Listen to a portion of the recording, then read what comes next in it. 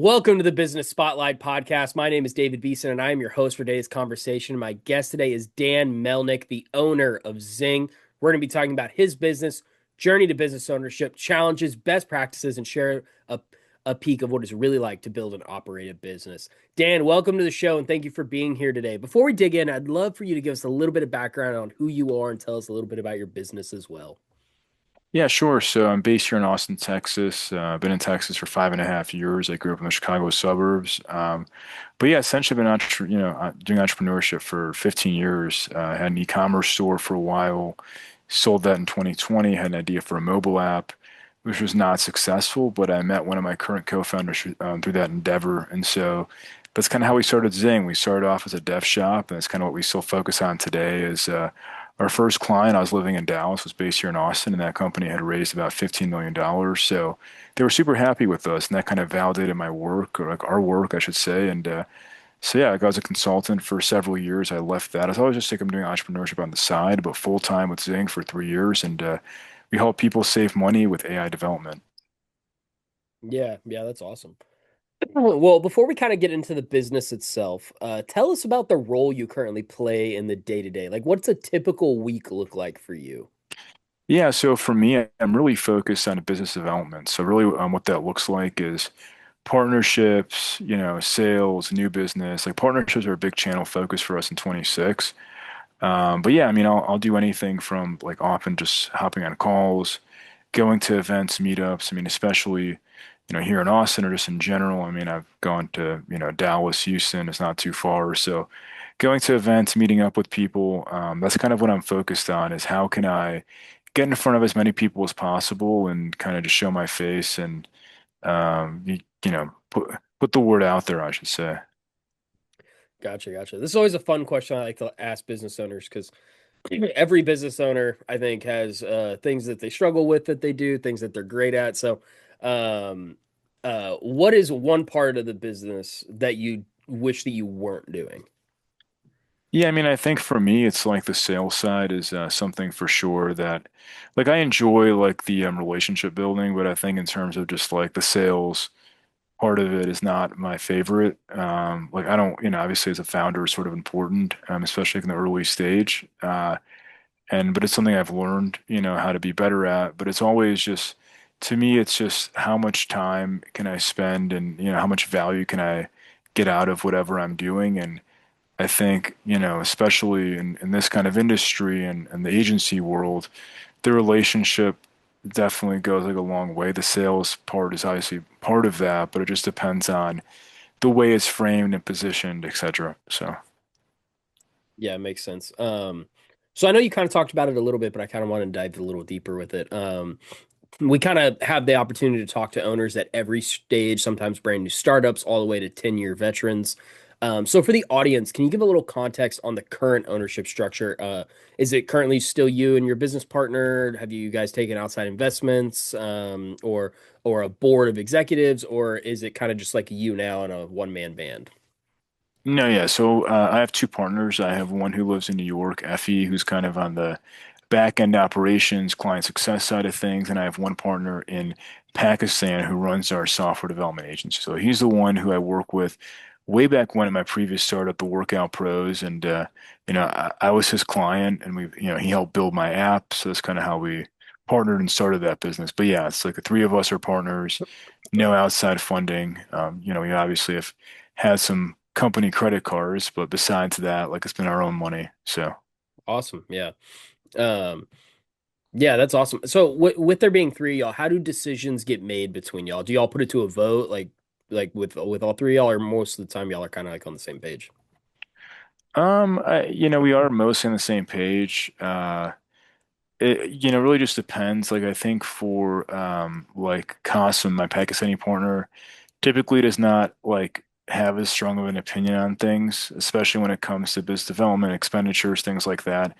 So more so Effie and I will discuss. I mean, he's obviously involved in that process, but he's not. He's more technical. He's more so focused on leading our tech team and the development team. But yeah, I mean, we'll definitely come to a consensus anyway. I would say that we are aligned on most things, and but yeah, it's really just having conversations that we meet, every week at least, sometimes multiple times a week, just to go over finances, expenditures, where we're actually investing money, what's, bringing us the best ROI. Awesome. Yeah, I love that. Um, so every business owner I talk to is going through, something, a new season, a new challenge, a new level. What are you guys growing through right now, and what is that kind of demanding of you guys? I mean, I think right now is just like our positioning, focusing more. 'Cause we do other services too, but like focusing for sure more on development, right? How can we, add more value there? It's more of our, it's the most profitable channel for us. And I think it's, we've done a great job. We've worked with many people like Noah Kagan from AppSumo, folks like that, some other large and well-known companies and brands. But yeah, I mean that's the biggest thing is like how do we maximize our strengths and get as much value out of our um, skill set and skill level as we can, right? So Yeah. uh because yeah, I mean there's obviously a lot of things that we can do, but it's like what are we really, besides I mean I think that we're good at other stuff like marketing, for example, but it's really just like what is the most profitable channel for us and how can we actually grow profitably this year. So yeah. Gotcha, gotcha. Yeah, I know. You use the word profitably. Have y'all been kind of just like scraping by the last couple years?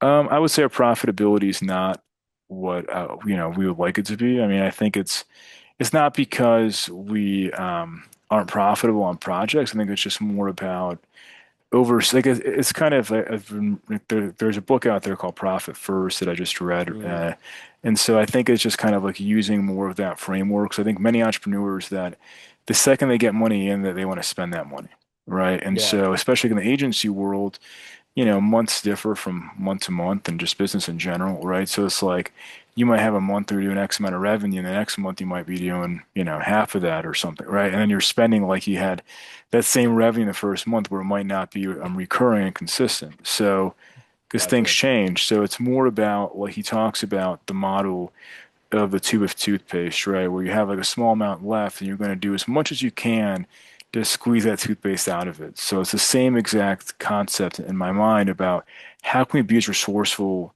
as possible to actually maximize the resources that we have in front of us. It's very easy to spend a lot of money. There's always, a lot of people that are trying to sell you this, that, and the other and say, oh, I can help you, whatever. But it's better to kind of say, hey, listen, like, how do we actually, where does it actually make the most sense to make an investment? So, Yeah, I've always said it's a lot easier to swipe a card than it is to put the money in a savings account. yeah. It's always easier to be like, oh, well, I could pull it out right now and go spend it real quick, rather than actually having the discipline to keep it put away, you know? Yeah, that's something he talks about in the book too, is like just take pride in like saving your money. So, Yeah. Um, awesome. Well, let's fast forward a little bit. Where do you see the business in 3 to 5 years? yeah, I mean, like we're in a very interesting place and interesting time. We are working in an industry that is changing minute by minute, day by day, right? So with AI, things are changing a lot. I think with AI, it's never been easier to build your own software, but the caveat is, how much time is that going to take you? Like, do you, people say, oh, that you might not need developers, but it's like anything. I mean, I can go and design a logo, but how good am I going to be at that? It could be decent, Yeah. but I'd rather, hire someone that's an expert than being kind of halfway good at a bunch of different things. So it's kind of this like, time versus money equation. Do you really have enough time? Do you want to spend the time to do, go and build this? Once again, you can maybe figure it out, but it's, yeah, you still need developers. I think with AI development, which we are very AI forward, we use OpenClaw, Claude Cursor, etc. But you still need to have devs to have like the improper architecture, because it's just, and people can, once again, they can maybe like figure it out. But the problem with AI development, at least right now, for something that for actual development might be one or two lines of code, AI will spit out hundreds of lines of code. And then Yeah. you have a bug, and you're like, okay, well, where is that bug? There's so much code, and you're like, it becomes this loop, and over and over, you get stuck in these loops. So I think, in 5 years, the business will be changing. I don't know exactly how, but But yeah, there's definitely lots of big change happening when it comes to development. So Yeah, I've noticed what you said about AI with the bug where it kind of gets caught in these own like loops a lot and things like that with the yeah, AI just because like I don't know, I think AI is great, but I think we're still kind of like two steps away from it being like fantastic. You know what I mean? exactly. Yeah. Like you kind of get stuck in these things where like you're like I need you to tell me this, but for some reason you keep telling me this other thing and I don't need that. I need this. And it's like sit there for like 45 minutes trying to just figure out how to get it to do the Y- correct thing. Yeah, I think it's part of it. I think also is the cost, right? Because it definitely can be cheaper, but you have to know what you're doing. I mean, I saw somebody made a post on LinkedIn yesterday where a founder was spending, I think, $40,000 in a month on Claude Wow. credits, so because they just like were running these like, all of these like APIs and they're running like these sequences and they kind of like left it on. And next thing you know, like it's just Bill, it's only going to be $40,000. It's just like, and they were doing maybe 10K a month in revenue. So, yeah, it's definitely not a good situation there. So I think it's just, there's kind of this balance of like AI, how much you use it, how cost effective it actually is, because besides the fact that it can get expensive quickly, I mean, it's going to be even more expensive because a lot of these companies have been subsidized one way or another by government. They're subsidizing like their prices. They're really not as cheap as they make it sound to run their, servers and data centers and machines. So yeah, I think that there might be some, there for sure will be some kind of bounce back from that. So yeah. Yeah. Yeah, that makes sense. Um, and like in 5 years, with all the changes to AI and like where you see the business going, do y'all see yourselves like growing a lot? Like, do you guys want to like expand, grow more of the team, things like that?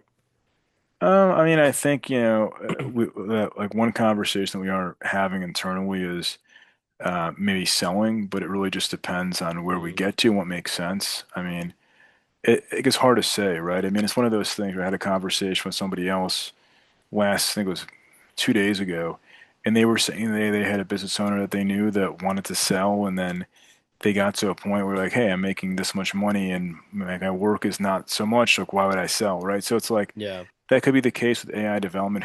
It's really hard to say.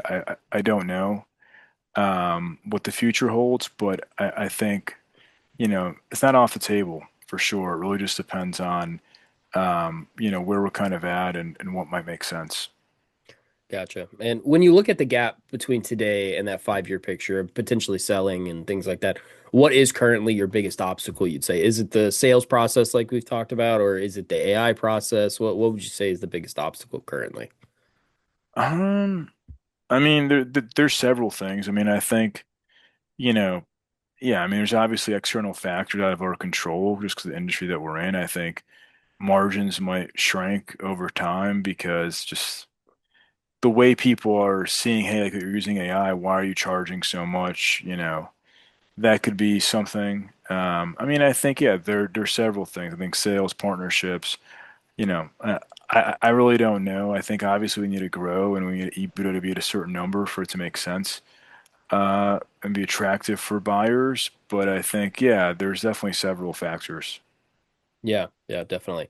And whenever you get to that point, that 5 year goal that you currently have, how do you feel like it, in what way does it look for you, like outside of the business? Like what goals do you also have in line for yourself? Because I think as a business owner, there's things that are important for, you to maintain, family life, friend life, working out, things like that. What's kind of like your personal 5 year goal, I guess? I always like to ask business owners that stuff. I mean, I think the biggest thing for me personally is I just want to keep building. I mean, it's, Yeah. we're launching a different business besides Zing, which is going to be to supplement brand. We've done like a lot in e-commerce over the years, so just kind of why we're building like our own supplement brand. So that's going to be coming soon, Q4. So to me, it's more so, how can I build something like really, scalable? I want to build a $1 billion company, and I know that with Zing, it's probably not going to happen. I think it can be like a nice business, but I'm realistic in terms of how we're structured. But I think with Avira, our supplement brand, for sure, it's definitely possible. I think there's a lot of really nice valuations happening in that space, and we understand that space very well. But yeah, it's an interesting time, I think, across different kinds of businesses. But that's the biggest focus for me right now. Awesome. Yeah, I love that answer. All right. So as we're kind of getting to the wrap up point, I do have a couple rapid fire questions for you if you're Sure, ready. go for it. What what is the key to success for you? Key to success is just growth. I mean, adding value and, growing our business. So Awesome. And what's one piece of advice you have for other business owners? the biggest piece of advice is, I've learned this more recently is like really focus on profitability. I think it's something that's understated, and I think a lot of people are in my shoes and a lot of companies go under because they are just focused on growth at all costs, which I think growth is obviously important. Like, listen, if you raise a lot of VC money, if you're a tech company in the AI space, fine, maybe, obviously your investors have different ideas for you, but for 99% of businesses, profitability should be the most important factor. And it allows you to really grow and think strategically because if you just focus on growth and without looking at profit, you are, once again, very easy to spend a bunch of money and you're not going to reach the goal that you want to reach. So just be very mindful of that for sure. Awesome. And then I know you mentioned a book earlier, but what's a good book or podcast you're reading or listening to right now? Well, I just finished Profit First that I spoke about, but I'm reading Michael Dell's biography. So Play Nice but Win. One of my friends recommended it to me.